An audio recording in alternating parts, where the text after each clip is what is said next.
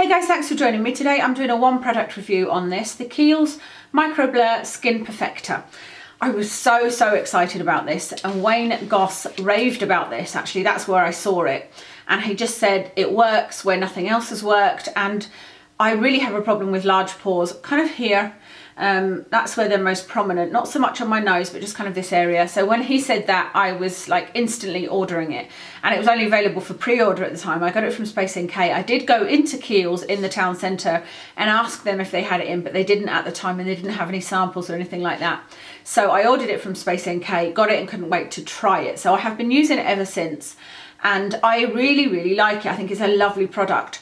But there are a few surprises in it for me, so I'll tell you about it. I've done my notes here as always, just give you kind of the basic facts and their claims.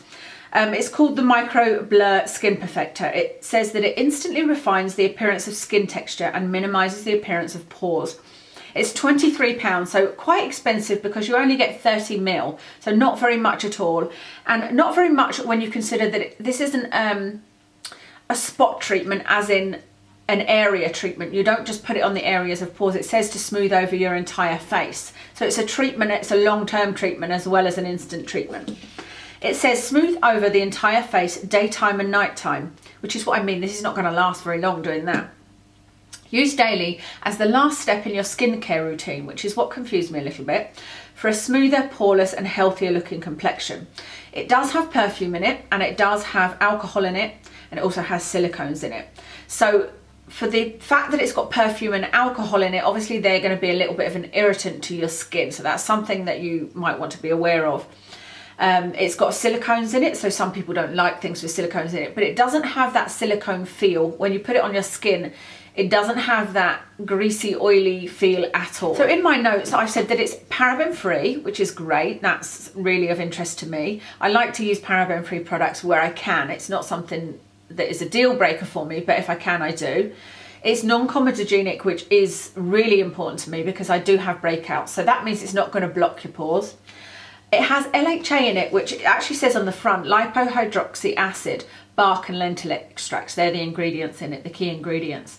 And LHA is an exfoliant. It's like AHA. You've got AHA, LHA and BHA. LHA is a kind of more modern one, if you like. It's a more modern one. And I found it interesting. That's where I said, when it said use it in your skincare routine as the last step, that's why I found it unusual, because LHA is something normally you would put on after you'd cleansed as your first step, or one of the first steps, and then you would put moisturiser on because of it being an exfoliant. So I'm not sure how it will work as the last step, depending on what else you put on your skin. So if you put oil on your skin, I'm not sure how the LHA is going to work on top of that, or a really rich moisturiser or something like that. So that's the only bit that kind of confused me about using it as the last step. However, the reason you use it as the last step is because it is an instant pore filler. The bark extract in it is an astringent, and the lentil extract reduces pore size. So that's where it's going to work like over time to reduce pore size. This also has salicylic acid in it, which may be something of interest to people. Some people like that ingredient, some people don't. I think it's a really nice mix of ingredients, and I'm really impressed with that. It's a texture that looks kind of like mustard, but it feels very cooling on the skin. It's a very unusual texture. It smells a little bit medical. Yeah, I would say it smells medical in that it feels very cooling. It feels a little bit dry as soon as you put it on, but it's not that dry like the Becca Evermatte where it balls up or anything. It instantly does make your skin feel lovely, and it is a really nice, it's a really nice experience using it. I should say that I have done a video of me using this, and what I did was I used it on bare skin, and I've done a video. It's not the greatest video. I'm going to put it at the end of this review. So at the very end, if you want to see this in action on videos, you can. And I've also put in some photos, because I think photos give a bit of a better picture than video, to be honest. I don't know why, but I've just always seemed to see a clearer picture in a photo. So I put this on this side, and then I put nothing on and did a video, and then I put my Becca on this side and then compared the two. Then I put foundation on and compared the two, and put powder on and compared the two. And to be honest, there wasn't that much of a difference, except that there was a slight difference with the Becca in that it fills in pores better. So this is an instant pore filler. but it takes a moment to have that effect, I think. When you first put it on, it's not, you kind of look and think, oh, it's not really done anything. And that happened to me with the Maybelline Baby Skin as well. But when you then put your foundation and powder on top, there was barely any difference on either side, I think. I think this was as good, almost as good as the Becca Ever Matte Pore Perfector. But I like this better because it's got better ingredients in it, and it's also got that long-term effect, which I think is really interesting. So I don't think there's much else to tell you. I haven't given you all the details of the Becca product because I've actually found a dupe for the Becca one, and I'm going to do a whole video on the Becca versus the dupe once I've had time to kind of properly investigate that and test it out. But for the meantime, I am going to continue using this, and I'm happy to do so. It feels lovely on the skin. I'm going to use it as the last step in my skincare in the morning, because I don't put very much on underneath that. So I'm going to use it as a primer and see how I get on.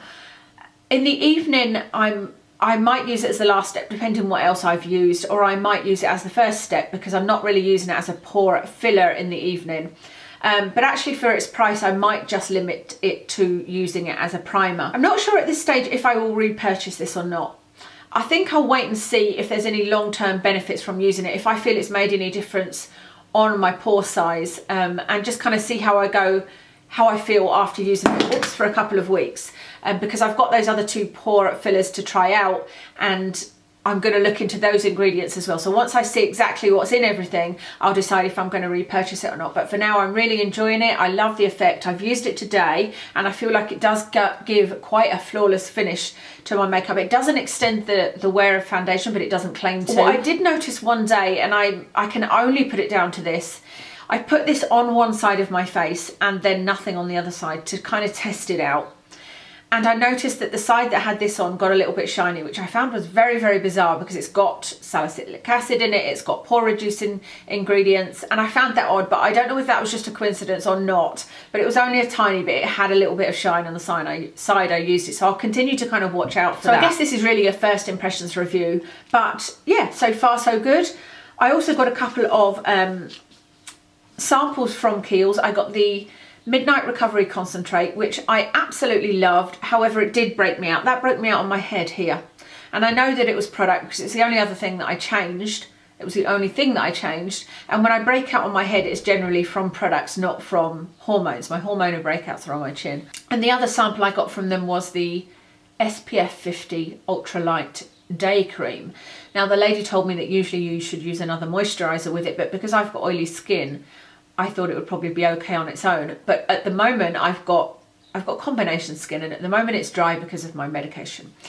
So I didn't think it would be enough, but I used it and it was, and it's a great makeup base, and I've only used it for, I think I used it 2 days, but I'm going to use up the rest of that sample, and I really think that might be a product that I will purchase and use as my day cream. But I'm going to wait until I've tried. I've got the IT Cosmetics CC cream on its way, and again I'll have a look at ingredients and see what's in it, but I really did enjoy that. I thought that was great, so that's something I can see me purchasing as a sunblock. So I think I covered everything. If I didn't and you have any questions, then please leave them below. Like I said, I'll stick the video at the end of this, but it isn't great, and I will stick the photos that I put at the beginning.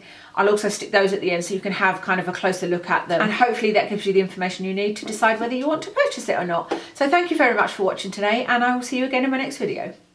Okay, so I have got pores, large pores all in this area here. This is where they're the worst for me. So what I'm going to do is put some of this Kiehl's onto the right hand side here, and then get up as close as I can without it going out of focus, and I'll also take a photo as well. So I'll show you what it looks like.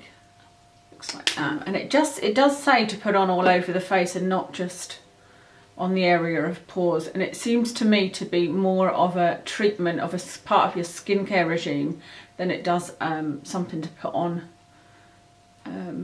before foundation, although it says you can do that, but it seems to be more about the long-term effects on your pores than the instant effects. However, Wayne Goss said that it worked really well, so I wanted to try it like this. That is this side done, and I'll try and get as close as I can. So that's about as close as I can get, and you can see, I guess there is a little bit of difference there, but not a huge amount, I wouldn't say. Can you see there? Large pores there and there. Okay, so that's the Kiehls on this side, and what I'm going to do now is put on the Becca Ever Matte Poreless Priming Perfector on the left hand side. Not that I'm particularly comparing it to this, but this is one that I think works pretty well. I could have used, you know, the baby skin or something else, but I just wanted to put something on the other side to compare it to. So this is one you're supposed to like warm it in your fingers, but it feels okay at the moment. It doesn't feel too dry. Again, I'll do another close up so that you can see it closer.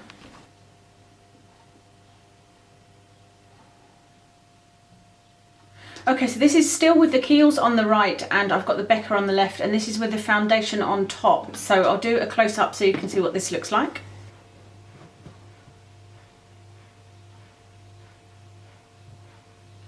Okay, and finally this is it with a powder on top of the foundation. So again, I'll give you a close up of what this looks like.